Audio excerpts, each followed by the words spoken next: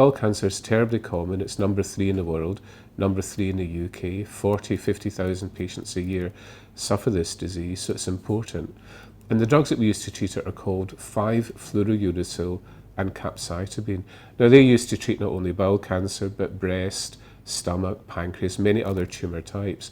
They've been around for about 50 years, but they do carry quite a serious pattern of side effects. So the basis of testing was us looking at the genetics of an enzyme called DPYD. Its big long name is dihydropyrimidine dehydrogenase. Why is that important? Because that's the enzyme, this is a protein within the body, that's responsible for deactivating 5-fluorouracil. So if you've got a low level of DPYD within the body, it means that for any given dose of drug, you'll generate much higher levels of 5-fluorouracil in the bloodstream with a much higher chance of side effects, toxicity, even a greater likelihood of death.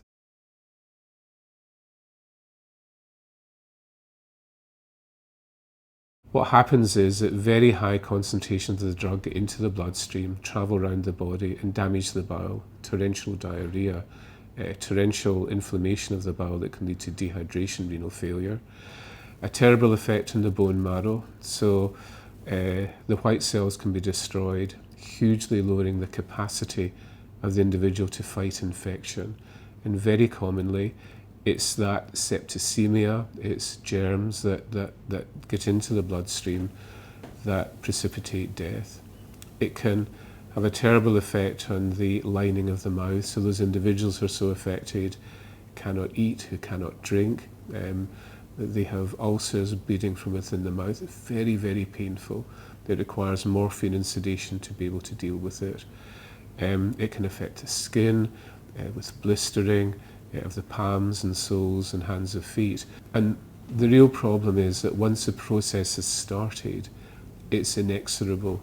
It continues, it progresses, and we do our very best to maintain patients, to support them, to give them fluids, to have them in life support machines and so on. But despite the very best the health service can offer, the very best physicians, intensive care, still we lose patients because the body is so weakened by the effects of the drug.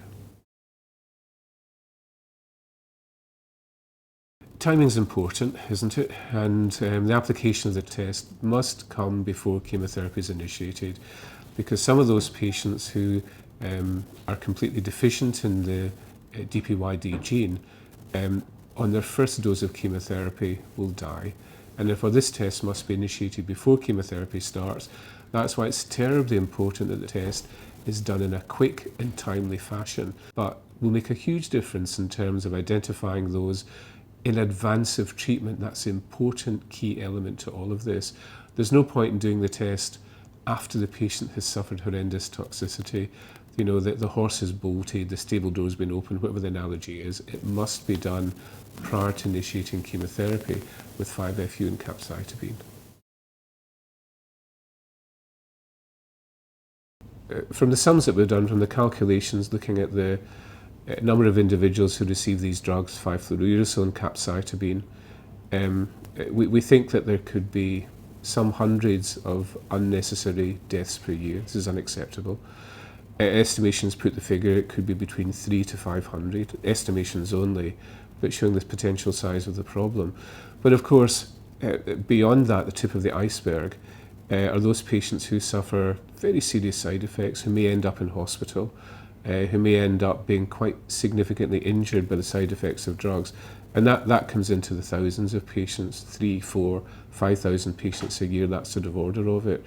So the mandate for driving this test forward, getting into this arena of science, is the individual patient, of course, protecting them first and foremost. But there are health economic reasons too. If we look at the cost, if I can use that rather hard term, to the health service, we can reduce the cost by reducing the burden of toxicity, patients coming into hospital and so on. So we would say that it would be win-win for the individual, but also for the treating hospital, that across our socialised healthcare system as a whole, something that we're proud of, we should save money.